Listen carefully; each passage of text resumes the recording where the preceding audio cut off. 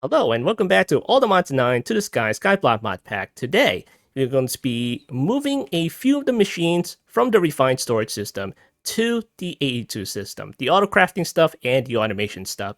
We're going to do some of it, but not all of it. We're probably going to talk about the basics of the AE2 system, but not too much of it because you probably already know about that. And it's quite similar to a refined storage system. So it's, yeah, we'll see. We'll see what we can talk about. All right, so you may have seen this or not in the previous episode, but I moved some things around as well over here. This is a liquid production stuff, and you know what? Stop doing that. Stop. Just stop. Stop it. Stop. Freaking water noises. Stop it. You gotta hear it 5 more times now. So I moved all the latex processing units down here. So it's creating latex and whatnot with the acacia wood. And of course, that nice gentleman has pointed out, it's not even a tiny bit with the acacia wood. It's double that. So yeah, thanks for that.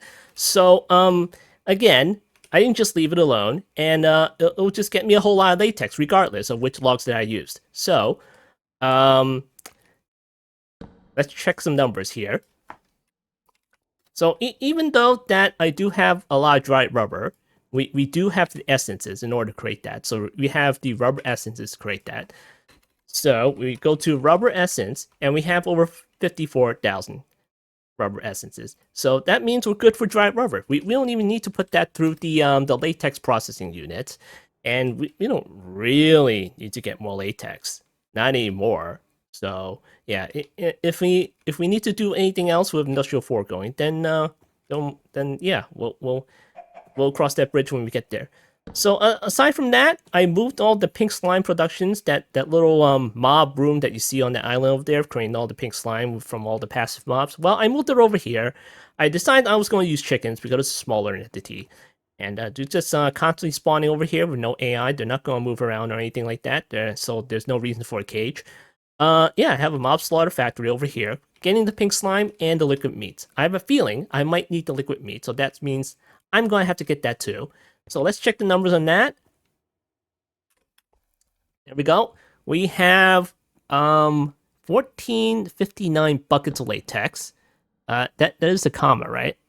Okay, that's a comma. That's a period. Okay, good. Lava, we have over 500,000 buckets.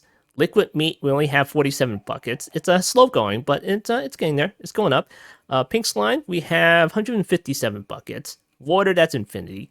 Witch water, that's over 16,000 buckets. So yeah, it's going up there. We'll get there eventually. So aside from that, let's see what other automation stuff we have here. We have all lava production going, and I had to turn on a second Phyto machine for the nether seeds, so we can create like a whole bunch of nether racks right here. And we have 326,000 netherracks in here, ready to go into the porcelain crucibles, and we can just scale it up 2 more times if we want to. So the final machines, they're just sitting pretty. They're ready to go whenever we run out of essences. And of course, we do have the extra essences from our farm ready to go. So they're not going to be turned on anytime soon because we have all these extra essences from the farm. So from the farm, I put a couple of vanilla seeds over there, so it's like growing wheat, beetroots, carrots, potatoes, whatnot, and stuff like that. And yeah, let's go back down here, and we're gonna put some machineries down here. We're going to go over the AE2 stuff, but only the bare basics because you know, you may be able to use AE2, the basics and stuff like that. You may be able to fumble through it like I do, but you know, I'm not a master at this stuff.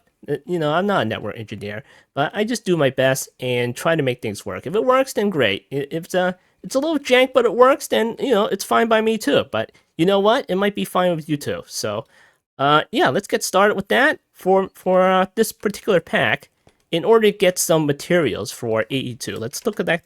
Let's take a look at the mods.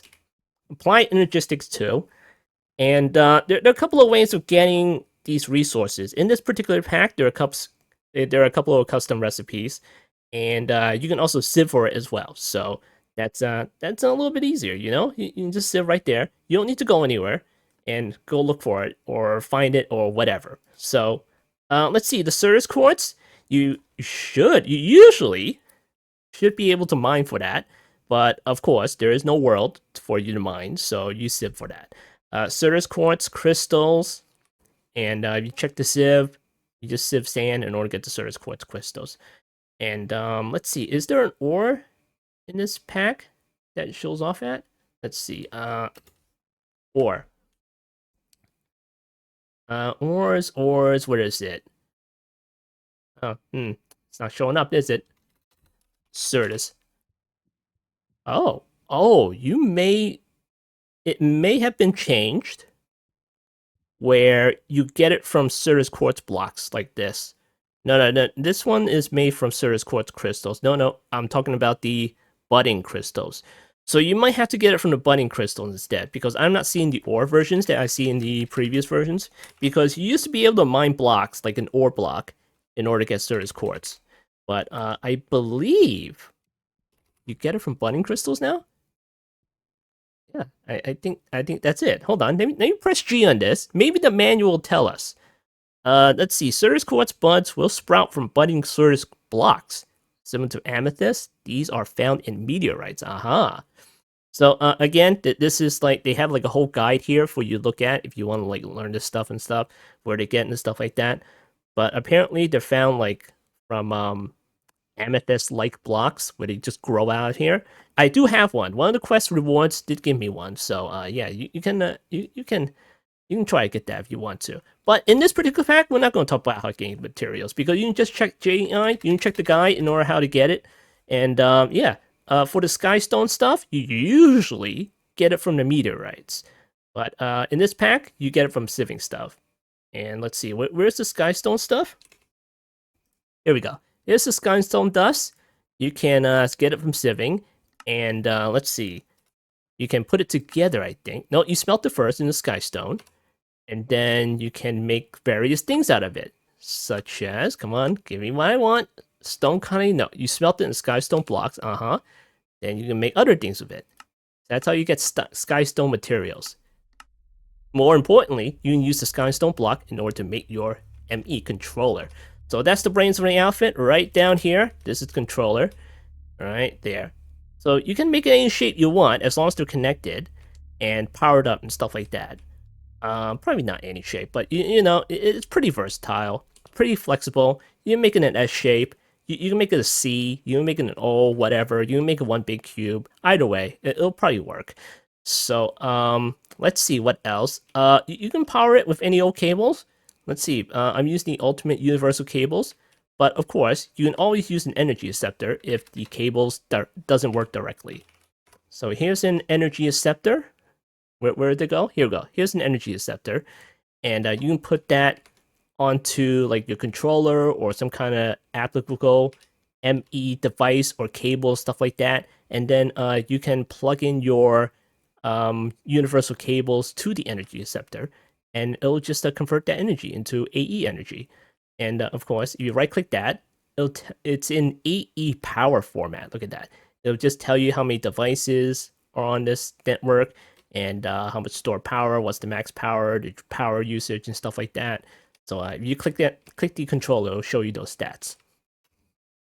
So your typical AE2 network is you use a bunch of cables, and I recommend that you use the dense cables to start out with, coming out of the controller, because one of the differences between the AE2 and the refined storage system is that the AE2 uses channels. So if you mouse over this and hover over the dense smart cables that I have going on here, you can see that it's using 13 out of 32 channels. That means that this particular dense smart cable has a max of 32 channels for you to use.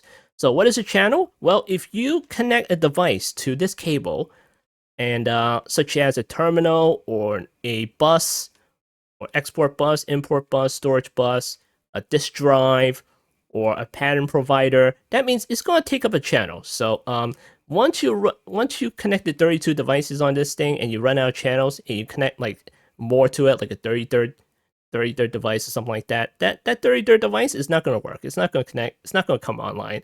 And you're probably going to have to run the cable. But you know what? Don't let that discourage you, because if you build like more controller blocks like that and stick them together, you're going to have more faces. So make more dense cables and connect it to that face, you have a brand new 32 channels for you to play around with.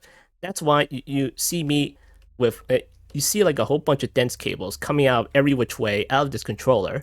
You see like an orange dense cable, you see a blue one, you see a white one coming out of here, you have a green one, and this white one has 4 channels used, this one has 13 used, this one only has 3, this one has 27. What's taking up 27? What the?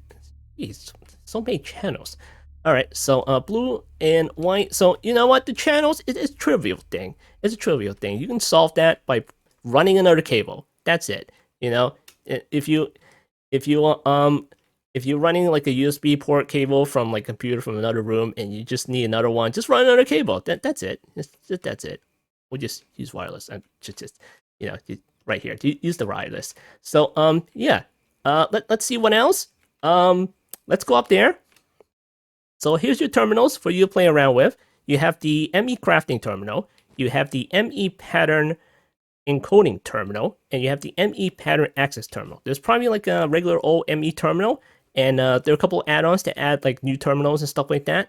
But the main stuff you're going to use is the ME crafting terminal or the ME terminal and stuff like that.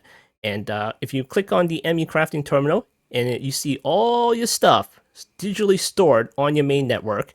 And you can also see any of the storage that you have connected by storage bus or some other ways, or maybe your sub network and stuff like that. You see all that stuff. And you also see all your recipes for Autocrafting and stuff like that. So yeah, but the difference between the crafting terminal and the ME terminal is that, well, there's a crafting terminal right down here. The crafting space, you have a little workbench right down here. So let's say if you want to craft like a furnace or something, let me get some cobble right there. Like that, and you click it once to make one, and you just click it again. Look at that, massive stacks, and it just remembers the recipe right in the crafting terminal until you clear it like that. So that's fantastic. And it'll just keep pulling it if you keep clicking the furnaces out of the ME network. So, and again, if you click cobblestone right here, and you tab out of it, you go back in, it'll remember it. There we go. And you can change that as well. You can just go to terminal settings and you can just configure your settings. Remember last search? You can just turn it off, you know. So yeah, that's the ME crafting terminal. Let me just get rid of that. There we go. Let's see what else on the network.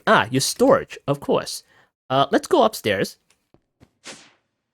All right. So the way that I want to configure my storage is you can configure whatever the hell you want. You can stuff everything into your disk drives and stuff like that, if that's what you want. But for me, I want to keep most things outside the network.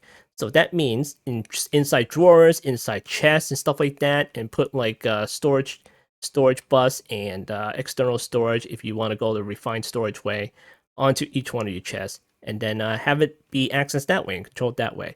And of course, I do have a disk drive over here if I want to use it as a backup. So right, Claire? It's 0 right now because, you know, it's I'm not putting anything in it. So right now I have like a whole bunch of drawers with a whole bunch of stuff because, you know, I'm mining a whole bunch of stuff and they're going into thousands. They're approaching 1 million, and I don't want to end up having to make a whole bunch of cells over and over and over just to fill out these disk drives. I just want to put it in drawers because, you know what, it's visually pleasing. I want to be able to manage it that way, and yeah, so yeah. For the storage controller, all I have to do is put on a storage bus, like so, from AE2 onto the storage controller, and that's how you see all your stuff inside drawers on the ME network. You just put a storage bus on one of the sides, and it's good to go. It's good to go. You don't have to put a storage bus on every single drawers. All you have to do is put it on the controller. Obviously, all the drawers have to be linked to the controller in order for that to work. And then for the chests, all you need is a storage controller for each one of these chests. And granted, these are big, beefy netherite chests from sophisticated storage. So that means it has 2 of the stack upgrades and everything like that. So that makes it more enticing to use the storage bus on these 4 ME network. So yeah, that's absolutely fantastic. These chests are fantastic because they're netherite and they have the stack upgrade and they hold a whole bunch. What was poisonous potatoes doing in here? Jeez, I'll deal with that later. All right, so again for the disk drives, you come over here, and these are called the ME drives. You can stick like cells in there, item storage cells. You can stick fluid storage cells if you want to store liquids. There's an add-on for mana. There's an add-on for chemicals. There's probably an add-on for something else. I forget. But yeah, you can add all your cell storage in here, and you can digitally store all your stuff inside these cells. And I have 1, 2, 3, 4, 5, 6 of these ME drives ready to go if I decide that I want to use it. And of course, there is an add-on in this pack for mega cells, which goes hard on the storage. Look at that. We have like 1 million mega chemical storage cells. We have like, it goes up to 256 million. Holy crap. Oh yeah, you can store source. Yeah, that's really nice. That is pretty nice. And of course, we have Applied E, which does some Project E stuff for Autocrafting. So that's very convenient.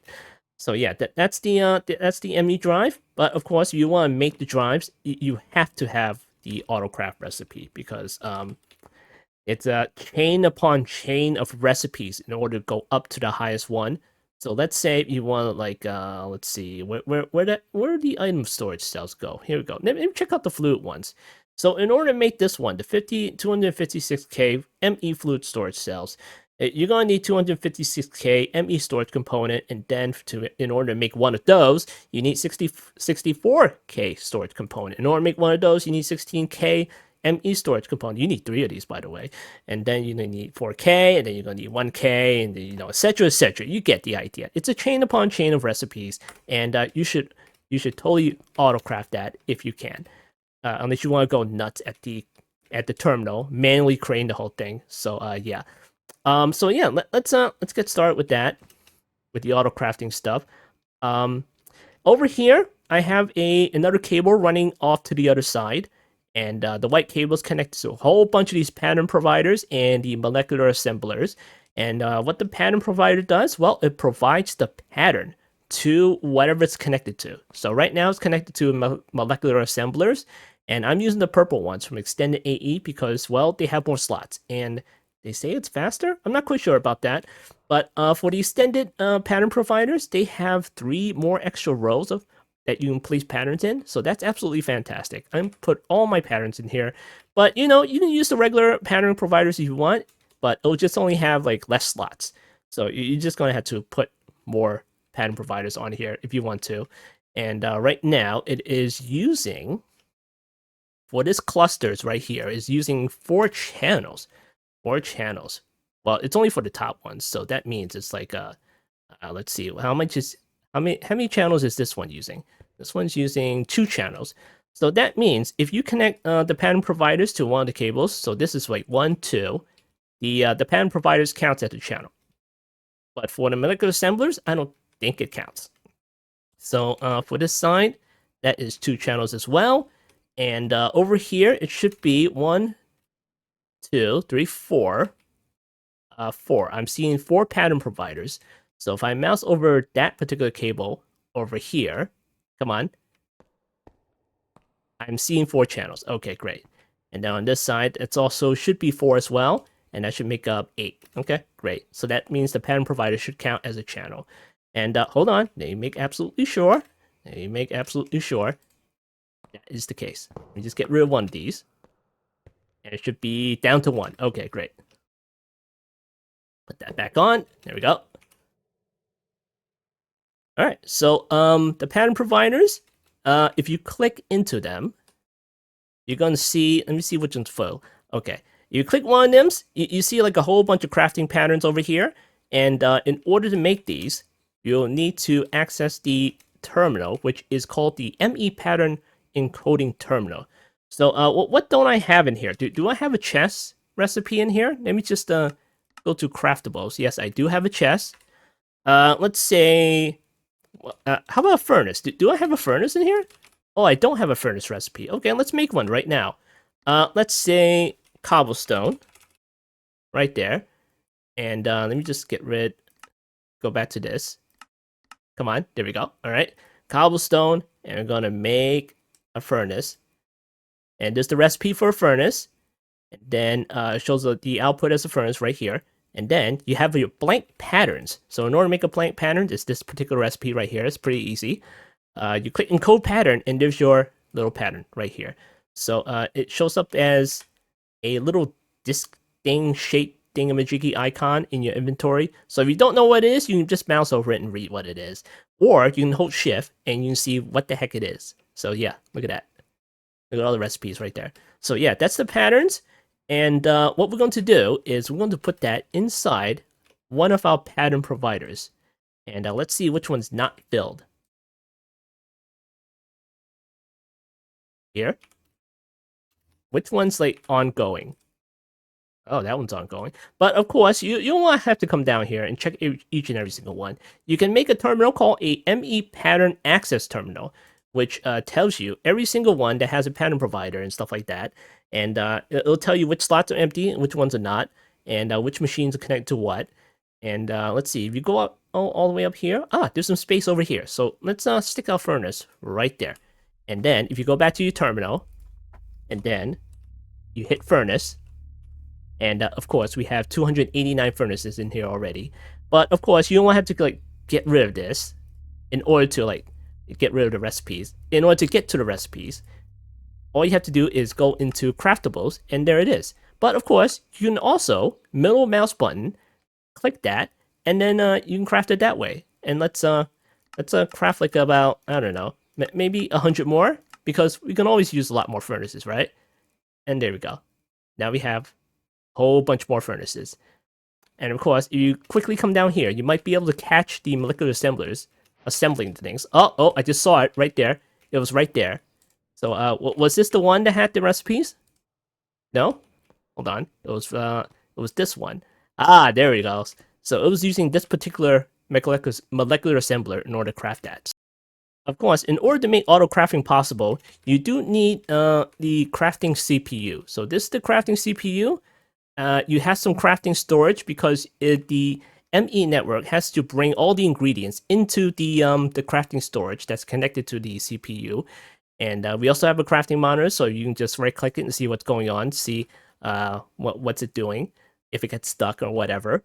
And it goes up to 256K, but of course, there's probably like an add-on to increase that. Crafting. Let's see, how high can it go up to? 256K. And I believe that's it. I'm not sure if there's an add-on to add more. There probably is. It probably isn't. Yeah, I don't see one. I don't see any like mega crafting storage or anything like that. That's fine. You can just add more crafting storage to it. It's totally okay. So the more crafting CPUs you have on the network, the more that the auto crafting can do.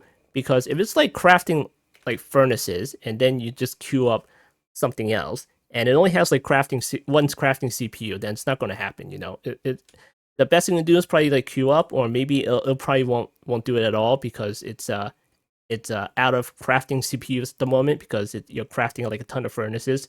So it's probably better if you just add like more than one crafting CPU to your network. I'm going to be adding more just in case, just to probably make things go a little bit faster. Because if you do, the pattern provider can, let's say, you click this one. If you're making like a bunch of terminals, something like that, and then you queue up like drawers, stuff like that, and then those two recipes one of the recipes can go into this molecular assembler, and the other recipe can go into this molecular assembler with the two crafting CPUs. So yeah, that's great. So that's the auto crafting stuff, basics. So let's get started with the machine, shall we? Connecting all your processing machines. So when you're starting out with AE2, obviously you're gonna need the presses right here. Here's a universal press. That's a custom recipe for the pack. But of course, in any other pack or default configuration, stuff like that, you'll need to get your hands on the Scriber Silicon press, the Inscriber Logic press, the Engineering press, and the Calculation press. You should be able to get that from the meteorite inside a chest. I'm not sure if that's still true in the newer versions. Maybe that chest will still be there. But I remember there's a chest inside the meteorite that can have a chance of getting you a press. So in this pack, there's a custom recipe to make it. So you don't have to worry about that. But you know, it's not that difficult just to get the presses. You just look it up in JEI, it'll probably tell you. If you're just flying around the world, you'll probably see a couple of meteorites. So yeah, just grab a couple of things. So once you make the universal press, you're better off because it's a universal press. You can just leave it in this inscriber, and it'll do its business. So of course we have the extended inscriber over here. That's from an add-on mod, and that increases it up to 4 jobs in one inscriber. So not only it can only handle 1 job, it can handle 4 jobs at the same time. So if you have a pattern provider that is doing like silicon, printed silicon, stuff like that, and it puts all the ingredients in here, it can do 4 times faster. 4 times faster. So yeah, I have my little patterns over here because the inscriber can make a whole bunch of these. And then I have another second inscriber, and that is for making, what was this making again? Ah, yes, the processors, that's right. You make all the processors in this particular inscriber, and then in this third inscriber, we're making the printed accumulation circuit. Yeah, that's for the add-on. So that's pretty easy. I have a different inscriber. That's why I have a third inscriber on here. So that's why I have 3 of these on here. And then finally, I have the unobtainium furnace for just smelting stuff in general. And of course, you right-click that. You have silicon, you have glass, stone, you have skystone, terracottas, charcoal, the arcane crystal dust, and terracotta again. What the heck? Hang on, what's the same thing? I have doubles in here. Jeez. All right, just leave it alone. I'll fix it later. All right, so in order to connect your machines to the AE2 network, let me get some materials here. Cables, white cables, and let me also get a furnace or something. Let me get an emerald furnace, and I'm going to get some export buses, and I want to get some import buses. The imports. Where are the imports? Give me the imports. Here we go. That's an import right there. And then I'm going to need maybe an ME interface. Here we go. Here's some ME interfaces. Okay. And what else do I need? Do I need a storage bus? Maybe I'll need a couple of storage buses. Let me get rid of a couple of things here. See, I'll put this in here. I'll put this in here. Don't need this anymore. Okay, great. All right. C, and then I'm going to get some storage buses. Here we go. Here's a storage bus. How many of these do I have? I have 3 on hand. Okay, great. All right. So where's the white cables over here? How many channels do I have left on here? 4 channels. Okay, that's enough. That's enough. All right. So from your dense white cables, you can just drag one of these ME smart regular cables over here. But if you start using these smart cables, just be aware that these are 8 channels max. So if you're coming off the dense cables, I mean, the dense cables has a max of 32 channels. So if you run like a smart cable out of it, that means you have a max of 8 channels. So yeah, I mean, you can run another one if you want to. I mean, that's another 8 channels right there. But be aware, you know, there's that limitation of channels. So in order to do autocrafting with the furnace, let's connect that right now. We'll put it right there temporarily. And where are my upgrades for that? Iron furnace. Generator. Do I have the factory? I need a factory upgrade. There we go. Wait, do I have one? No, I don't have one in here. All right, factory. We'll put that in there. There we go. And then I'm going to run a cable.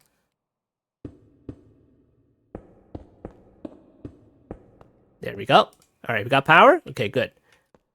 All right, so first of all, we're going to put down our pattern provider. Again, you can use the extended version if you want, or you can just use the regular one. Either way, it'll work. So let's put a pattern provider right up here. And then we are going to take our one of the furnace stuff. Actually, no, it was over here, wasn't it? Okay, yeah, it's over here. Let's take the stone pattern right here, and we'll put it into this particular pattern right there. I'll put it right there inside the pattern provider. So that means if you autocraft stone, it will just look up where the this pattern is at, and it'll see that this particular pattern provider is connected to this particular machine right down here. And then once you autocraft the stone, it'll get all the ingredients, which is cobblestone, and put it right inside this emerald furnace. But of course, there are a couple of things that we still need to configure. We gotta make sure the furnace can accept the ingredients. So let's go to the top. It's an input. Okay, good. And yeah, that's good to go. So let's go into our ME network, and then we're gonna look up stone. And let's see if we can find that here. Here we go. Here's the recipe for stone. And of course, if I take this out, and I go down here, it's not there anymore. Huh. So that means this will have to remain in here for you to auto-craft stuff. So let's craft about like 100. Yeah? I mean, it is an emerald furnace, so that's pretty quick. Oh, look at that. Look at that. It's smelting right now. So that means all the ingredients is going inside the furnace at the top because we have the input right here.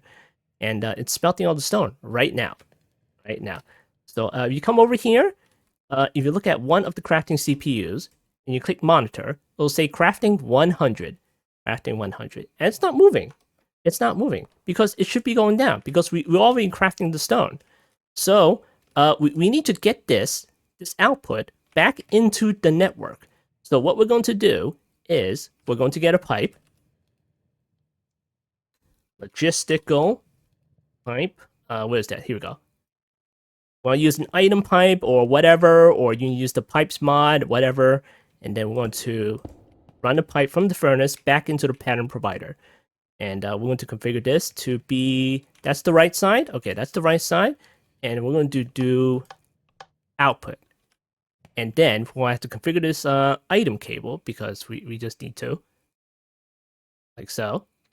And then if we go back to the auto-crafting monitor, look at that. Now the numbers are changing because it's getting all the output back into the ME network. And look at that. And we can just speed this up right now. There we go. We can speed that up. Because it is a factory block after all. And we can pipe stuff out of the furnace, out of a machine, back into the pattern provider because, oh, look at that. It's done. We can pipe all these output back into the pattern provider because it has a couple of slots in here that says return inventory. So that means as long as we can pipe stuff out of the machine and back into the pattern provider, it'll just return into the ME network. And the ME network will consider it complete. But of course, if you just grab the stone out of the furnace and put it inside the ME network, it's most likely not going to work that way. And then the crafting recipe, the ME network is going to say, hey, where is it? What the heck happened? I mean, then the ME network is not going to consider it complete. Because it needs to go past certain ME devices and back into the ME network in order for that to be completed as a recipe. So yeah, but of course, we don't even need to use a pipe in this particular case because we can go ahead and configure our furnace to be like an input-output type thing. There we go. We can set an input-output for this, and then we can just go ahead and do auto-output on. So let's craft out some more stone. And, oh, by the way, if you're auto-crafting stuff, it just pins the item right up here, so that's convenient. So let's make another 100 right there, and then we'll go see it work. Oh, yeah, look at that. Now, of course, it's not taking the stone out, so it's already not working the way that I want. Output top? Yeah? Come on, you're supposed to work that way. How the heck? Auto input, come on. Okay, so that's why I didn't do it this way. But, you know, some other machines are able to do it that way with the input out. Oh, it took it out. Oh, well, worked anyway. Okay, take back what I said. Okay, so, yeah, you don't even need a pipe for this. So, yeah, that's basic auto-crafting processes, auto-crafting process machines in a nutshell, really. So again, in order to make the pattern for the processing machines, you can't go through the regular crafting patterns right here. You have to go to the second tab, which is processing patterns right here. So let's say if you want to smelt something. I don't know what I want to smelt right now. Maybe glass right here. Maybe put some sand here. Where's the sand? Here we go. Let's say I want to put sand right here, and I want to smelt that into glass. So of course, then I gotta drag the components into its relevant slot. So what's the glass? Here we go. Here's some glass. And then I'm going to put that right here. Because this is the recipe for sand. I put it inside the furnace, but of course the ME network doesn't know that because it's not a shapeless crafting recipe or anything like that. It doesn't know. It doesn't know. So we have to manually put the stuff inside here. Or you can just press R in the glass and then go to the furnace and look up sand to glass and then press the little encode pattern button right there. And it'll show up right here. And then you click encode and get your little pattern. And then you can come down here and put it inside the pattern provider right there. But of course, we already have a pattern for glass, so I'm just going to get rid of that one. There you go. I'm just going to get rid of that because that's a duplicate. T. Here was glass. Here we go. Goodbye. All right, so that's how you create processing patterns. But not only that, it doesn't only apply to one machine. You can also add even more machines here. So let's say, well, do I have any mechanism machines? Okay, here's a crusher.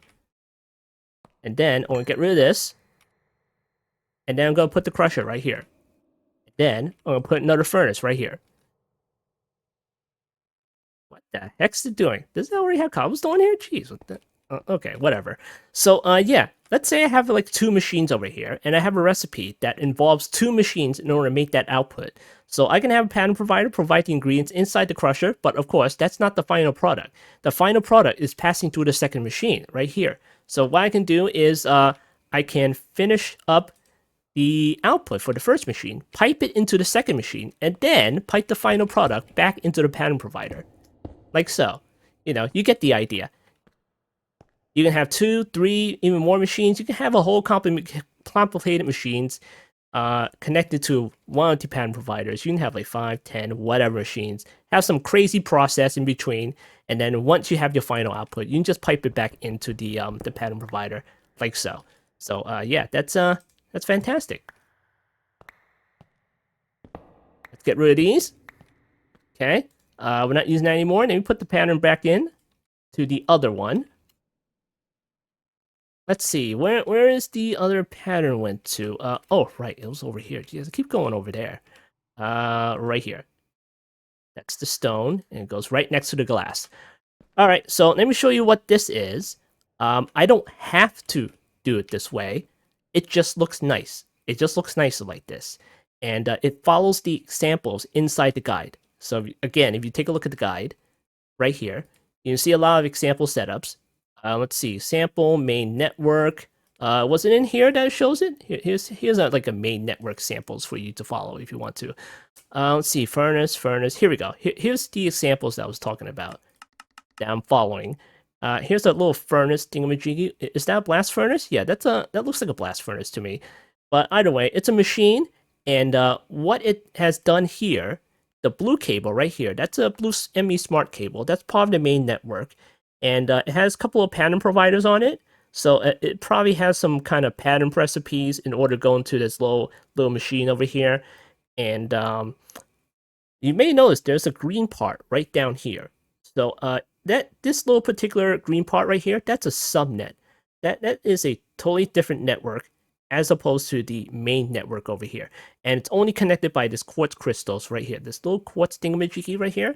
And we do that just so we can provide AE power to the green part right here. But if you connect the quartz thingamajiggy right here, what is this called? What is it? What is it? Where is it? Quartz fiber. If you connect the quartz fiber to it, and crap, now I have to go back to it. Sample setups. Let's see, a sample network. Here we go. Okay, so if you connect the quartz fiber right here, it only provides power. So it doesn't provide channels, it doesn't provide data or anything like that. It doesn't transfer items back and forth without some special treatment. Yeah, it just provides power to this particular green part, which is a subnet. And yeah, we do that just to save power and for network design and for keeping things a little bit organized, stuff like that.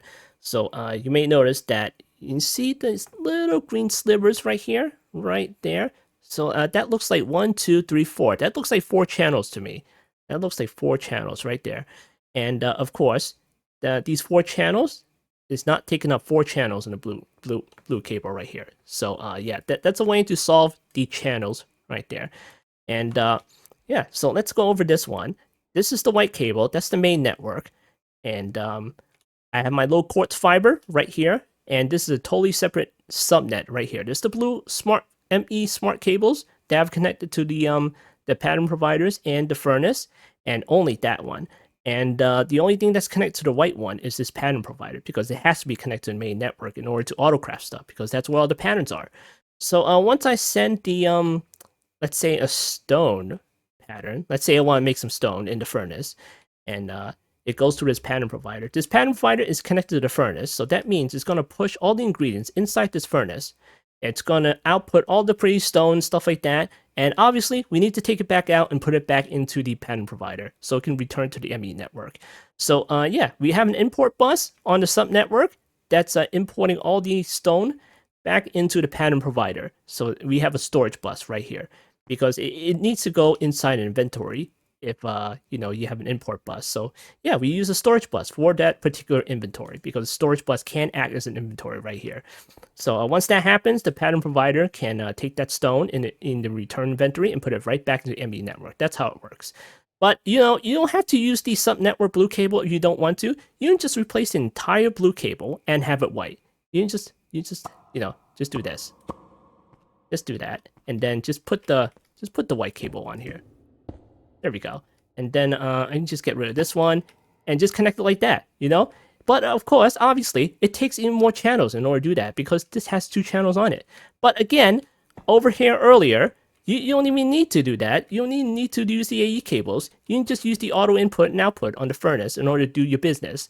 And you don't even need any pipes or anything like that. So that's totally how, that's if you want to do it that way, that's fine with me. That's totally, if it works, then it works. That's and then you decide what you want to do. So I want to do it this way because it looks a little nicer. So let me just get rid of that. I'll put the blue cables back on wherever the heck they went to. Put that there, and then I'm gonna put the quartz fiber back on here, and then the blue cable. There we go. Is it online? Yep. Okay, it's online. All right, there we go. So that's the auto processing stuff with the unobtainium, with the auto crafting and stuff like that. So let's try to get the other stuff to work. So let's put this away. And of course, once you get into this particular mod pack, you're going to come across the energizing orb and then the summoning altar. We're going to have to try to automate that. I'm not 100% confident in that just yet. I probably am able to get it to work. And I already have these particular patterns at the ready. I have my modular router with a couple of things, stuff like that. So let's see, what should we do first? Let's try to get the summoning altar, because that's like the foremost stuff that we use inside the pack. And let me get my wrench. And we just get rid of this stuff. There we go. All right, so let's put down our summoning altar. Should we put that here? Yeah, we'll put that there. And then pattern provider, we're probably gonna put down the top, maybe, or maybe not.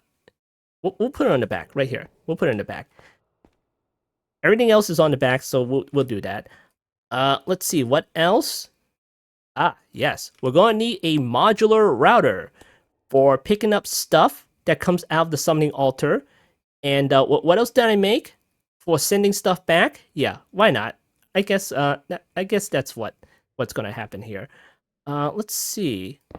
Let's do this. And I'm not quite sure if I remember how to do this. Maybe it was on top. I think the modular router goes on top. Let me try that. Come on. There we go. It was on top, I remember, in my testing. And then I left the anchor here for a reason. And that's probably from something. And I know the pattern provider goes on the back, like so. I believe that goes on the back. So, let's see. The white stuff goes here, I think. So let's give it a go and see how that works. And let's see. All right, so for the pattern providers, for the summoning altar, I have one recipe already, and that is the dark matter recipe right there. And we're gonna put it in the pattern provider, for the modular router, we need to pick up the dark matter that comes off of the summoning altar. So again, if you right-click the vacuum module, it's picking up dark matter is a whitelist. So we're gonna put that right inside here. And for the sender module, I have a Mark 1 because it's not necessary to wireless transmit the stuff back into the pattern provider because it's right here. It's right here. So that means we can put the stuff back through the back because this is the back of the router right here. That's touching the pattern provider. So we're gonna put that right inside here as well. All right. So, ooh, don't do that. Give me that. All right. So let's see. It's connected right now. It's let's see. It's 3 devices. Oh, ooh, no, don't connect to that one. Let's see. Ooh, I'm gonna need this one, I think. Oh, that's why I had the anchor there, didn't I? But hold on. Where's the what happened to the anchor? Let me get that. Just get that and put it right there. Okay, that's better. Jeez. All right, so let's get that started. I'm gonna turn my magnet off, and then I'm gonna go to the recipe for the dark matter, and we will do. Oh, hold on. There's something we forgot. There's something we forgot. We're gonna go into our pattern provider and turn on blocking mode. There we go. So when blocking mode is on, it says do not push crafting ingredients if inventory contains a pattern input. So let's say you're crafting more than one dark matter, and you don't want the second set of the ingredients for the second dark matter orb to go into the summoning altar while it's still busy, while it's still making the stuff. So that's why you turn on blocking mode in order to stop that. It's going to wait for the ingredients to clear out the summoning altar before putting in the next set. So let's see what happens. What we're going to put in, like, I don't know, say 10. We're going to put in 10, and we're going to see what happens. Yeah, come on. Oh, there's something else we did wrong. There's something else we did wrong. The pattern provider is not connected to the summoning altar. All right. So in this case, if you do something wrong, we're gonna go all the way to here, and we're going to click the crafting monitor, and we're going to compress cancel right there. That cancels it, gets rid of it, and then we can configure this and try again. Let's get rid of that. Get rid of the anchor. Now the anchor was down here for a reason, and I'm gonna put it right down here, right there, and we're gonna try again. All right, there we go. All right, so first of all, we're gonna put the pattern right there, and I had the anchor right there, so it's not connected to that fat cable right there. So I have my pattern provider here. I'm gonna put the dark matter pattern right back inside here, and then now that it's touching the summoning altar, it can transfer the ingredients right quick.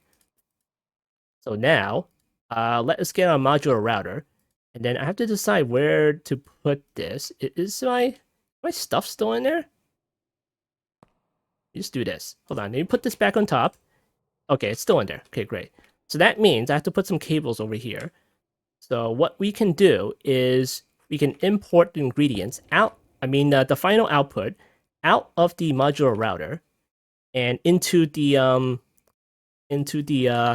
pattern provider, so it can be returned back into the ME network. So I have to figure out whether it's a storage bus or is it a ME interface. It should be a storage bus. So let's give that a try.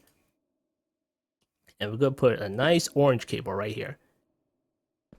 Nice orange cable. And we're going to extend this outwards. And we're going to put a quartz fiber here. Because if you mouse over that, it's offline. It doesn't have any AE power. So that's why we need to do the quartz fiber thing. There we go. Now it's online. And it's not taking up like extra channels or anything like that.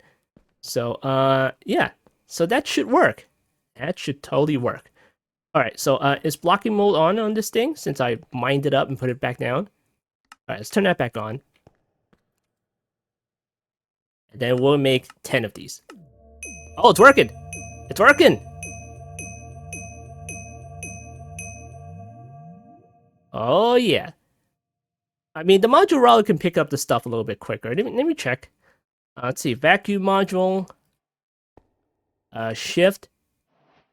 Yeah, it has fast pickup augment. So, yeah, that's pretty nice. All right, so if you go inside the ME network and you look at dark matter, and there it is. There's all dark matter that we crafted. Fantastic. So so that's the summoning altar. There are other recipes for the summoning altar. So let's take a look at the pattern for that. Right there. And if you mouse over that pattern, it has the usual ingredients like aluminium, netherite scrap, sky steel ingot, inderium, and the alternalis fuel block. Now, the fuel block is last for a reason because that's the catalyst. We need that to go in there last. So, what we need to do when you're crafting your recipe, summoning altar, let's press U on that. Let's go to the dark matter one.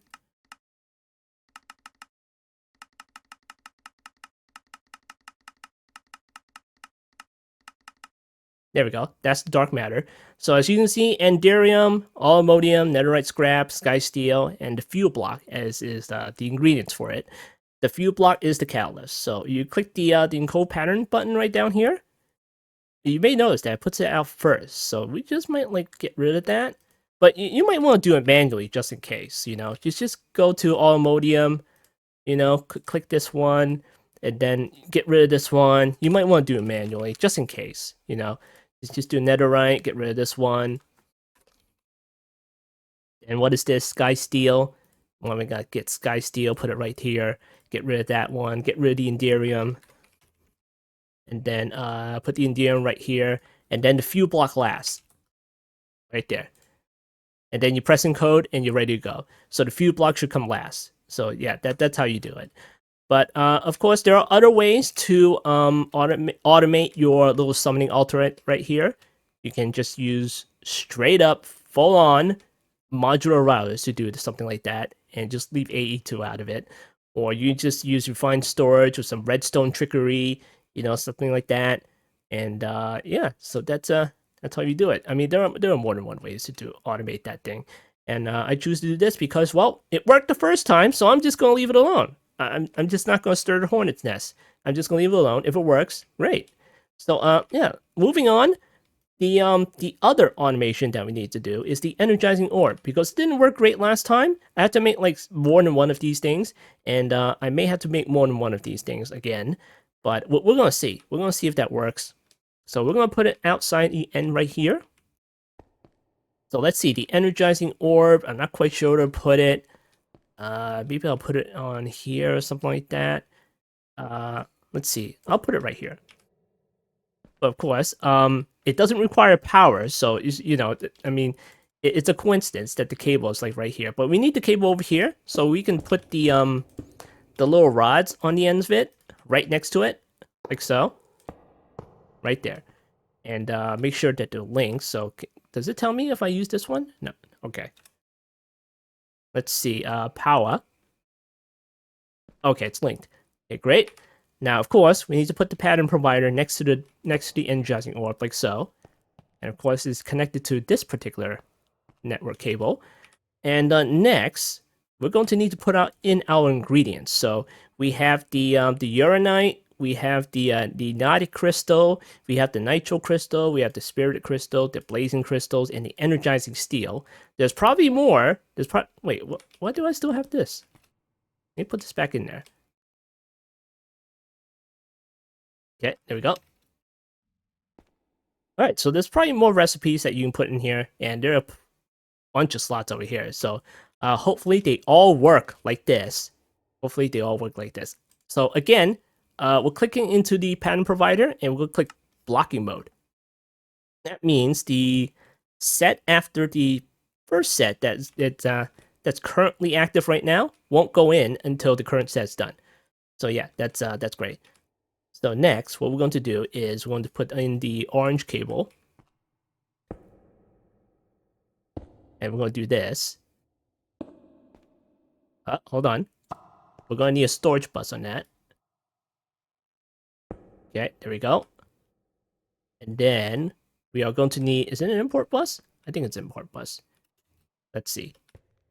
Import bus. Okay, yeah, it's an import bus. Okay. The orange cables here and here. And then they should be good.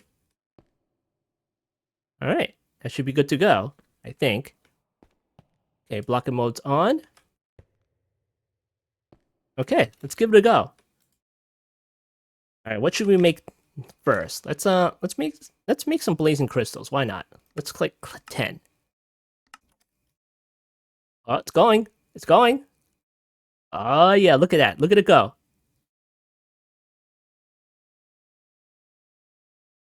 We might have to put more rods on it just to make it go a little bit faster. Ah, there we go. Done. All right, let's make something a little bit more complicated. Let's make some, maybe some nitro or something like that.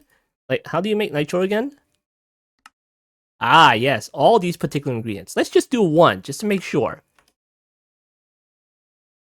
Ah, yeah, there it is. Import. Import. Uh-oh. Uh-oh, it's not importing, guys. Oh, it makes 16. I forgot. Right, we just make 16 nitro. Okay, great. I mean, the ME network says it's completed, so it got the stuff back in there. So great. All right, so let's what other recipes are in here? Ah, I know what we can make. We can make a magmatar because I had issues making one. Let's see. Let's make. What other recipes do I have in here? Spirited, the nitro. Here's the nitro. Let's make one magmatar right there. And it should go through this thing, or not, because there's probably like nitro inside the ME network, so it's probably not going to go through this one. Let's check the crafting CPU. Is it done? Oh, well, I had extra ingredients in there, so it's probably done. All right, so I mean, we did the nitro, and we did some blazing crystals, so there's no need to test it any further. If it breaks, then we'll just come back to it and fix it somehow, and we can always make more than one of these and devote a recipe for that. So yeah, that's the energizing orb. So let's see, what else do we need to automate? I had a couple of machines over here. Ah yes, the dissolution chamber. This crappy thing. And let's see, what is this? That's the pink slime? Okay, let's deal with the pink slime. Let's see. Let's put that onto the power. We'll put that right here. There you go. We have power right there. And then let's see, white cables right here. We're gonna need a pattern provider. There we go. And we're gonna put that right there. Now I'm gonna need an anchor to stop it from connecting to that dense cable. Anchors. There we go. I mean, it'll probably work with a quartz fiber too. Does it work with a quartz fiber? The quartz fiber, quartz fiber. Am I out of quartz fibers? All right, there's some. Oh, I can't. Okay, well, maybe if I do this. Oh, but it's taking up a space. Yeah, can't do it. Okay, fine, fine. Get rid of that. Put the anchor back. Okay, there we go. All right, so the dissolution chamber. We're gonna put pink slime on this, and let's see. We need to import that right out of it. So what we can do is we're gonna put the tank like right there, right on the side. Why the heck not? And it's empty right now. So let's see, fluid output, fluid input, and we're gonna pull it from the right side.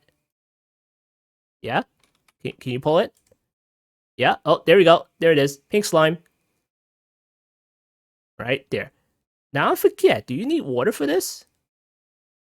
Let's see. What recipes do I need pink slime for? Pink slime. Come on. Pink slime.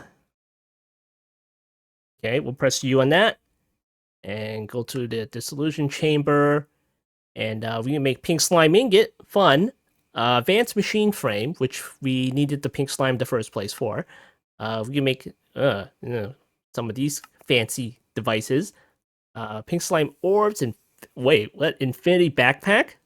Oh, enticing. Okay, that's getting ridiculous. All right, so let's try to make the advanced machine frame, and let's see, simple machine frame. Let's see, plastics and stuff like that. Okay, great. So since this machine already has pink slime, we don't have to worry about moving the pink slime through AE and into the machine because there's already pink slime right here, right here. Yeah, it's easy. It's easier like that. So of course, once that's done, once the chamber's done, we need to output the final product back into the AE2 system, and we're going to use an import bus and a storage bus, and we're going to link them together. So let me get some more cables. And what color should we use? Should we use the Yeah, let's use blue. I'm gonna use blue right here. Put that there and put that there, and then I'm gonna put a quartz fiber right there and there. Okay, great. It's on. Okay, great. All right, so this particular machine, it can't take more than one item. So if you put like maybe 5 of these in here, you just can't. It only takes one. So that's great. It has its own blocking mode. So let's make a recipe for it and put it in the pattern provider. Ink slime. Go here. And does this work? Let me see. 2 plastics, 2 netherite, pink slime we can get rid of. That's not necessary. We have diamond gears, 2 golden ingots. Is that how you make this thing? 2 netherite, 2 golds, 2 plastics, 1 simple machine. Okay, great. Great. We can go ahead and coat this. And then we'll put the pattern right inside here. Pattern right there. Well, why are you doing that? What? Uh-oh. Can you stop doing that? Weird. Oh, okay. I get what's wrong. Hold on. Fluid output. Let's not do that from the back. Can you stop doing that? Stop doing that. Let's see. The input top disable. Oh, it's still doing that. Hold on. Output disable all of it. Disable it. Stop it. Just stop it. Stop taking it. Fluid input. Okay, did it stop? Okay, it stopped. Sheesh. All right, so that means we need to take items from the back. So let's see, input. We need to do it from the back. So it should work from the back. I mean, it's enabled, so it should work. But for the output, I mean, it's all disabled now. Jeez. I mean, we don't even need the pipe, you know, just like our early example with the furnace, we don't need to use that. But, you know, it looks nicer that way. We're going to have to do that. Let's see. The output for the items, where's the output again? Here we go. Here's the output. We're going to enable that. Are you still taking that? Okay, you're good. Okay, input, output, there we go. All right, great. The output's enabled. So let's and our recipe's in there? Okay, great. Our recipe's in there. But before we do that, because we started out with the pink slime, we need to have these simple machine frames already in our network. So is it already in our network? Okay, we have 31 of those. So yeah, we're good to go. Because we don't have a recipe for this yet. So let's go to advanced. Okay, let's see. Where is it? We will make 10. We'll make 10. There we go. Oh, it's going. It's going. Of course, it put the machine frame over here and not over. Oh, okay, I guess it doesn't matter. I need to put the upgrades in here too. Okay, great. Slowly going. Let's check the crafting CPU. Okay, great. It's getting the stuff back. Come on. Let me see some numbers. Okay, there it is. All right, so what we're going to do is get the add-ons for the upgrades. And we're going to do efficiency, processing, and speed. Okay, we're gonna add one here, we're gonna add one here, and we're gonna add one here. I'll make it go a little bit faster.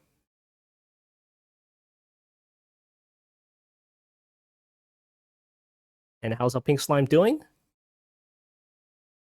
Still looking okay. Let's check the fluids. Fluids. We have over 200 buckets of pink slime. Okay, great. Okay, we should be on the last one. There's a notification, and it's already done. Look at that. Fantastic. So that's our dissolution chamber right there. And of course, again, we don't really need to put like a subnet of cables right here. We can just have the machine auto output. Does this have auto output? Yeah, it does. It has push and pull on there. So we can just automatically put it right through the back directly into the pattern provider and not go through this at all. So yeah, any other auto crafting stuff that I have? I think that's all the auto crafting stuff I have. So of all the machines that we have upstairs, so let's see, all the machines that we have up here, we have the furnace taken care of. We already have the unattainium furnace downstairs, so we don't need to move that. The infusing factory, we need to move down there. The enriching factory, the crushers. Let's see what else. I mean, the fluid encapsulator, we don't really need buckets of water and lava anymore. We can just craft it from essences. We have another infusing factory with the obsidian. We have the induction smelter, that's kind of important. We have the compressor, we have the alloy smelter, we have the pulverizer, another fluid encapsulator stuff with the milk. So what is this one? That's a multi-servo press, that's another important one. So yeah, it's basically the same thing. You know, you just put the pattern provider next to the back of the machine or to one of the sides and stuff like that. You do the import thing, storage bus thing, and or just run a pipe back to the pattern provider for the output, and then you're good to go. You're good to go. So again, you can use more than one machine for the process.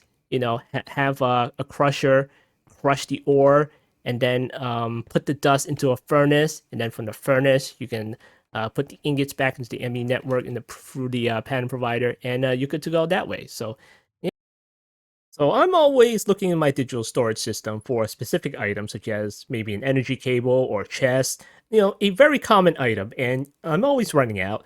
So in order to solve this with your ME system is to have things auto-stocked, automatically stocked, so you can have it on hand all the time. And of course, I don't do that because I'm a lazy bum. So in order to solve this, you need something called an ME interface. So we're going to put that right there.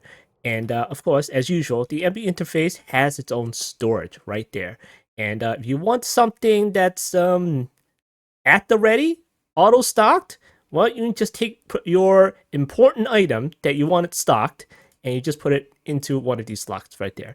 So not only that, you will have to, as you can see, the chest. Well, I just pulled out 9 chests, and I'm out of chests. As usual, I'm running out of these things. So there is a crafting recipe for it, but of course, the ME interface doesn't know to, you know, automatically craft a chest and put it right into the slot. What you need to do is you need to get a crafting card. And we're going to make one right now. Of course, this is also an item that I keep running out of. And you right-click that, and you put the crafting card right up here in this slot. And then the ME network will craft one. Look at that. There we go. We're just going to pull one out, pull another one out, and keep pulling one out. And the ME network will keep replenishing this because you want one chest right here, right now, in this ME interface. So yeah, that's how you keep things auto-stocked. So if you just keep pulling out chests for you to use outside in the world, the ME network has you covered because it'll keep things auto-stocked for you, you know. As long as you have the crafting card, it'll just automatically craft the chest for you, as long as you have the patterns in there, of course. But of course, let's have a real-world example right now. And let's look up the cables. Let's see, can we craft the ultimate cables right now? Or maybe we can craft some kind of useful items right now. Let's go for something simple, because I haven't moved everything yet. We already have the furnace, we already have the chest. Maybe a bucket. Do we have a bucket recipe in here? Yes, we do. I kind of thought of that, didn't I? Alright, well, maybe another thing, maybe glass? Well, I already have glass in there. Dang, what other common item can I even make in here? Well, maybe... how How about a crafting table? Oh, I did that too. Well, oh, I have an idea. How about a crafting work? How about one of those crafting workbenches? You know, the one that was in Tinker's. That was useful, wasn't it? Yeah, one of these, the crafting stations. So I don't have that in here. So let's make a recipe for that one. We're gonna clear this one and put one of the crafting tables right there. And we're gonna make a pattern right there. And we're gonna put it inside our pattern providers right there. And then we're gonna go to our ME interface, put it right there in that slot. And look at that. We have crafting stations at the ready. So when you need one, it's right there. So, of course, you don't have to come back all the way to this ME interface because, you know, if you stare at this ME interface, it's like kind of, you know, kind of bland. You don't know what's in it until you mouse over it or you click on it. So, you could make a storage monitor and just stick it right here. And then, of course, you can have your chest and then you right click it and look at that. You can actually check out how much chest you have in your digital storage. So let's put the chest back inside here.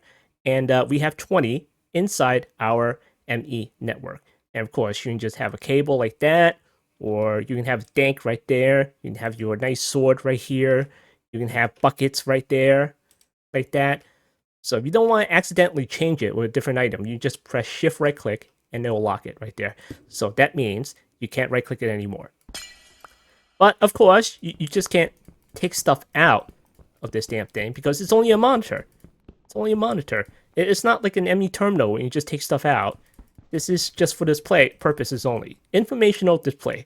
So, what you need to do is you need to make an ME conversion monitor, which lets you insert and extract items right through the conversion monitor. So let's right click that, and look at that. We have 24 of the crafting tables right inside here, and you can just left click just to take a stack. And then you can just put it right back by right clicking it. There you go, fancy. And then you can hold shift right click just to lock it, and now it's locked. There we go. And of course, if it runs out, you can always craft some more. There we go. Now we have 10. Now we can put the rest of them back in there. All right, so that's a storage monitor and conversion monitor, and also the ME interface, which is cool. You can keep things auto-stocked. So you come back up here. We're going to make use of a couple of things here, namely the ME interface and the storage bus. And we're going to talk about the annihilation and the formation planes, as you see here. Now, over here, we have the fluid extractors going away at it, extracting all that delicious latex from these acacia logs. And of course, you got to place down the logs in order for the fluid extractor to work right in front of it. And how do you do that? Well, we need to use the formation plane. ME formation plane. So what the formation plane does is you just take a block and then you configure it, and then it places down a block right there. And of course, you can right click the formation plane. I mean, it has a couple of slots in here and stuff like that. You can define whether to place it as a block or just drop it. You know, usually we're going to have to place down as a block with the formation plane. Now, since this is a sub-network, we're going to have to do things just slightly differently. So, as you can see, the green part is part of the main network. We have our usual quartz fiber, and it's connected to the white smart cable right here. And obviously, we have 1, 2, 3, 4, 5, 6 formation planes. So that means we have, well, we also have the import bus. So that means we have 7 devices on this subnetwork. And of course, if you mouse over the green part right here, it's only 2 channels, 3 channels, that sort of thing. So that way, this subnetwork, if you do a subnetwork, that means we're not sacrificing any channels from this green cable on our main network. So that's fantastic. So in order for the formation plane to get the acacia logs from the main ME network and place it down, we're going to have to import that log using the import bus. And what we're going to do is we're going to take the acacia logs and put it right here inside the import bus. So that tells them what to pull out of the ME network. And of course, you right-click the interface. Well, look at that. We have auto-stocked our acacia logs inside these slots. So that means it tells the ME network to put logs into this particular ME interface. So we also have the import bus. We don't have to put a whitelist over here, but because it's all logs anyway, so there's nothing to filter. But for good measure, that's for good measure. So what the import bus does is it imports all the acacia logs from the ME interface and into these formation planes for them to place it down as a block. And when these acacia logs disappear, well, it's going to put another one down, a fresh new log, ready for the fluid extractor to extract all the latex from it. But of course, we're going to talk about the annihilation planes. And what the annihilation planes is, well, it's the opposite of the formation plane. It's what mines a block in the world and puts it back into wherever, the digital storage, the main network, wherever you want to put it in. So the annihilation planes, if you right click it, well, there's no GUI with it. So how can we tell it what to look for and which block to mine? Because we don't want it mining the acacia logs. We want it mining a stripped acacia log. So because if you just mine the acacia logs, then it makes all the fluid extractors not get its latex. And we want these stripped acacia logs because we want that for the create mod. So again, this is a subnetwork, the orange cable. It's connected to this main network, which is green network, by the quartz fiber thing. And there is a ME interface, as usual, connected to the green smart cable of the main network. And then we also have a storage bus right here. Because wherever you're using the annihilation plane, it has to go somewhere. It has to go into a storage. So that's how it works. So we put down ME storage bus. That's the inventory. That's the storage. And we're going to put like a strip acacia log right there in the whitelist, because that tells the annihilation plane, hey, we want stripped logs, not anything else. And then it's just going to mine a strip log when it sees one, and then it's going to put it into the storage bus and then into the storage of the ME interface. And since we don't have any defined slots in here, it's just going to go straight into the ME storage and the main network. And that's how you do it. Or else you can use the annihilation planes or formation planes for maybe dealing with the ore processing, such as you want to put fortune on it. Oh yeah, you can enchant the annihilation plane with fortune. So if you want to go ahead and use fortune on the annihilation plane, you can place down your ore blocks with the formation plane, and then you can just mine it back up with the annihilation plane, and then you can get extra ores. Or extra ore chunks, or raw ore chunks, or whatever you call that stuff, and put it back into the network for processing. So yeah, that's fantastic. Another thing you can use for the formation planes or the annihilation planes, stuff like that, you can use it for cobblestone generator purposes. And if you come down here, we have a different purpose for that. You may remember our little witch water lava thing creating netherrack. Well, we kind of have like this little annihilation plane right here. And, it'll just mine up the netherrack and puts it right back into storage. But there's a good opportunity to talk about the toggle bus and the level emitter right here. So as you can see, this green cable is part of the main network, and we have a little quartz fiber connecting to the orange cable for power.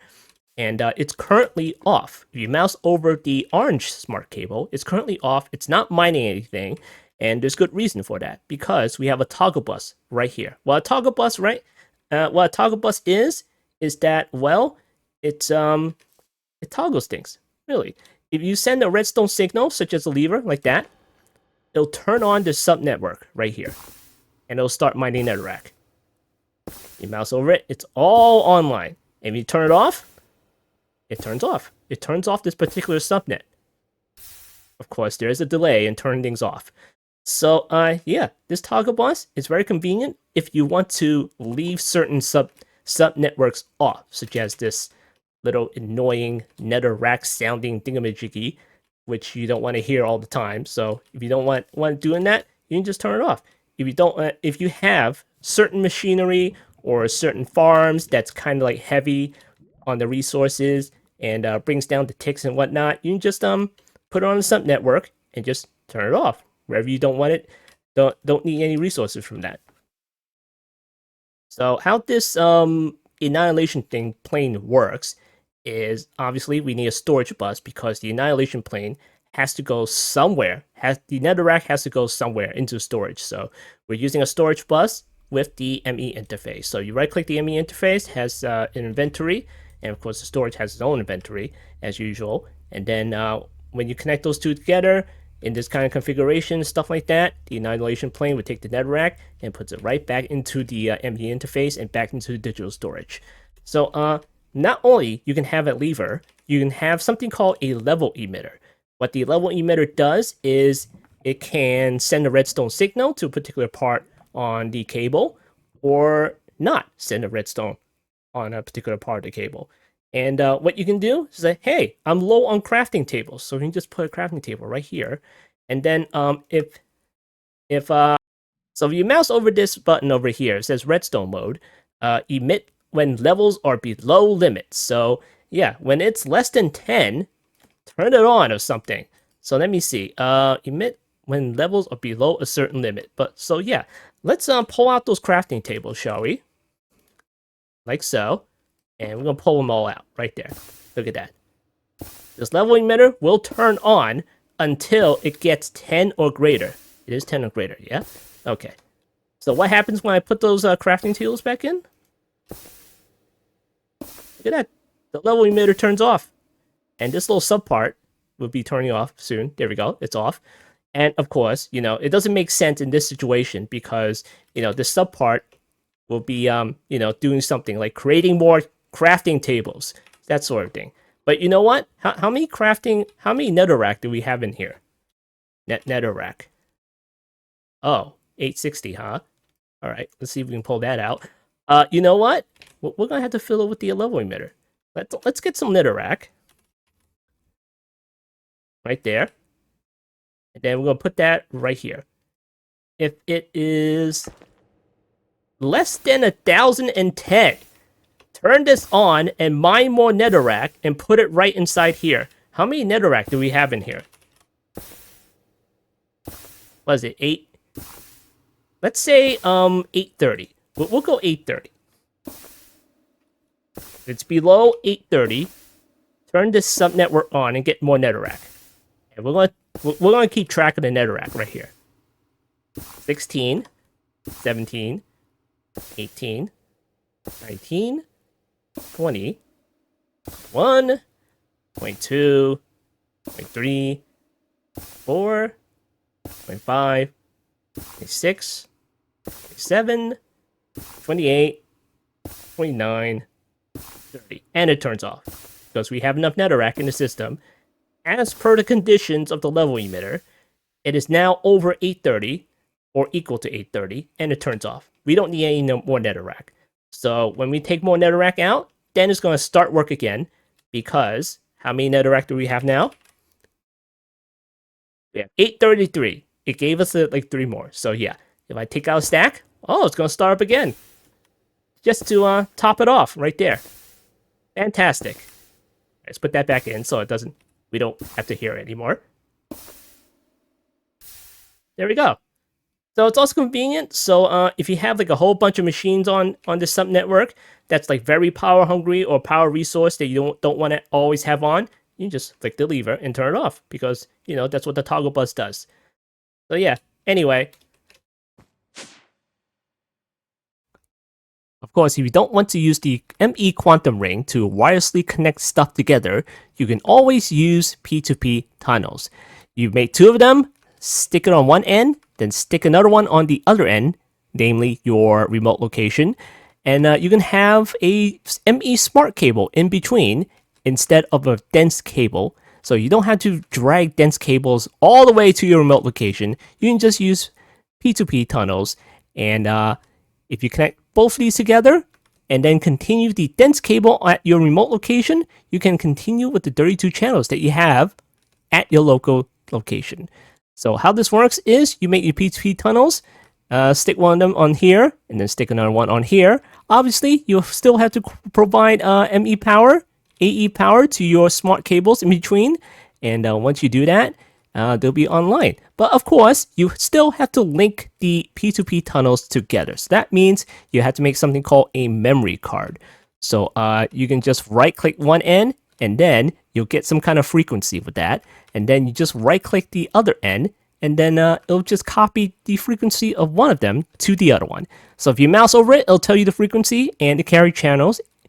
And you mouse over that one, it's the same thing. Good, you're connected. And of course, if you put a storage bus on one end at your remote location on one of your green cables, as you can see in the sample, you're using one channel. So let's put something in here, something very unique that's not already inside my ME network, such as my time in the bottle, because I only have one. And of course, I can just look at my AE2 system, and there it is. This is my time in the bottle. If I take it out, it's gone. Verified, linked together. So of course, if you look in the inventory, P2P, of course, there's P2P tunnel for mana, ME, redstone, items, fluids, energy, light, chemicals, and source. Oh, and spells too. Fancy. Yeah, so here are a couple of samples that I made earlier. I mean, this is the sieving machine with just AE2 stuff on it. So this is cobblestone generator. It has a storage bus that's connected to this particular cable right here. And of course, there is no controller here. This is just using all the AE2 cables, and I'm getting the power via the energy acceptor through the ultimate universal cable. So you can always use these AE2 smart cables or whatever cables from AE2 just to transport items. But of course, you need to provide power to the cables in order for it to function. But you know what? If you want to do it that way, that's up to you. You know, you can always use the pipes mod with a Z in order to do that. You know, you don't have to provide that with power or anything unless you're transferring power. So, yeah, you can always do that with AE2. The possibilities with what you can do with AE2 is well, maybe endless. Who knows? You can just create a lot of nice things with it, AE2, with just the cables and subnets upon subnets and main networks and stuff like that. And yeah, that's pretty much it. I mean, you can even isolate storage on a subnetwork from the main network. So as you can see over here, it's this is considered a main network. This is the blue one. So here we go. Here I have 1655 cobble, well 54 on this particular main network right here. And it's not connected to this white part at all. This is considered a subnetwork, and it's only connected via the storage bus and the interface right here. So any spooky magic that you can conjure up with ME interfaces and ME storage bus, if you can get that to work, it'll probably likely work that way. With like ME interfaces, with storage bus, any combination of that with the import buses and the export buses, with a bunch of storage here and there, running cables here and there, toggle buses and stuff like that. You know what? You can check out these samples inside the guide and just try to work it out that way. There's a lot of sample setups for you to look at. Look at that. Amethyst farm, the main network sample, the auto regular cobblestone generator. Look at this thing. Jeez, look at that. The orange cable is a subnetwork. The blue one's the main network. And it's all about the subnetworks and stuff like that. Here's that ore fortuner, cell dumpers, chargers, furnace. Like a lot of samples. This is a nice guide. It's not an extensive guide per se, but it'll probably get you started with this stuff. You know, it has like explains all what the blocks does, item stuff, and that sort of thing. Yeah. So yeah, I mean, at the very minimum, at the very least, you can get started with AE2. Is you can just set up digital storage. You know, just plunk down controller. Just plunk down controller, hook it up with power, put a terminal on it, put a couple of chests, put a couple of digital storage cells in it, and you're good to go. You know, if you just need the AE2 storage for you know, storing all your stuff digitally, connecting it to chests and drawers, drawer controllers, and just consolidating all your storage into one, and just having like a crafting terminal and stuff like that. That's totally up to you. You can use it that way if you want. You know, that's a similar basics to the refined storage system. That's probably why you use the refined storage, to consolidate all your stuff in one digital storage. And yeah, that's a similar quality to, you know, AE2 and refined storage. Has a bunch of similar things, features that it does. So yeah, that's the AE2 systems. Let's go back up to here. So let's see. I was looking at the guide, wasn't I? Yeah, I was looking at the guide. G. There we go. And of course, it has like a whole bunch of add-ons right here for Project E and stuff like that, extended AE. So any add-ons that you want to learn about, it's all right here. So yeah, that's your guide right there. So yeah, this I think that's it. Is it?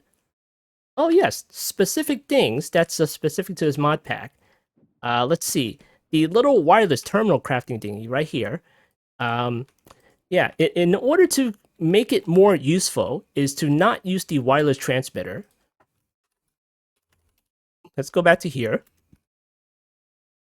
And here's the wireless receiver, I think that's what it is. No, it was the ME wireless access point. So what you need to do is put down one of these and you use your wireless crafting terminal or your wireless terminal or whatever you want to make it. I believe you... Let me see if I have that. I think I still have that. Here we go. Wireless access point. And then what you need to do is place it down on a cable, and then it'll turn on, and you may notice that the range is like only 16 blocks or something like that. So that means you need to use these wireless booster cards, and then put it all in there. The more, the better. But of course, if you put in more, that means it's going to use more power. So you should have more than enough power. But it's only good for 148, so I can go out to the outer ring right there, and it'll still work with the wireless terminal. But of course, I didn't do it that way because I want to work across dimensions. I want to work very far away. So what you need to do is you need to make a card called the Quantum Bridge card from this add-on mod, AE2 WT lib, and you need to create 2 quantum entangled singularities. So you need to make one of these. So you connect one of the cables to a quantum ring that you can build here, quantum bridge thingamajiggy. So it takes 8 of these little outer things. This is the is it called the quantum ring?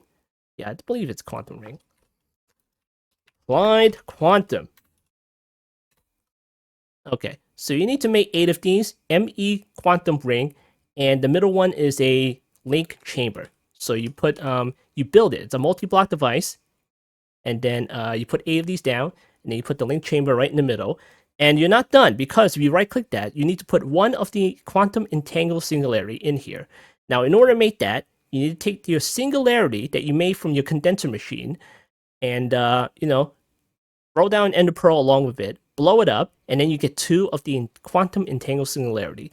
Now, you need to keep these together because you know they're important that they're together, and don't lose one of them because then the other one's going to be useless. So you put one of them inside the link chamber, and then you put the other one right up here inside your wireless terminal, the quantum entangled singularity right there, and then you have your quantum bridge card right here, and then you can access it that way. You can access it across dimensions and do whatever, have like a longer way across, and it'll still work. It's like the infinity boost card from Refined Storage. Let's go to the Nether. Yeah, see, it works. It totally works that way. Alright, other things from AE2. I think I'm running out of things to talk about. I think that's it. Is that it?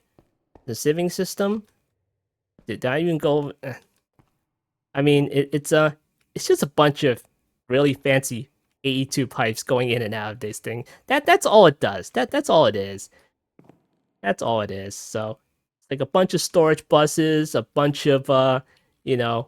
are there any interfaces on here? There's no interfaces on here. It's just like import buses here and there, and yeah, that's about it. You know, that's all I know. I'm not a master at this. You know, I'm not some kind of genius network engineer or something like that. I just do whatever I can, and if it works for me, great. You know, if I need to figure it out, then I'll just try to figure it out.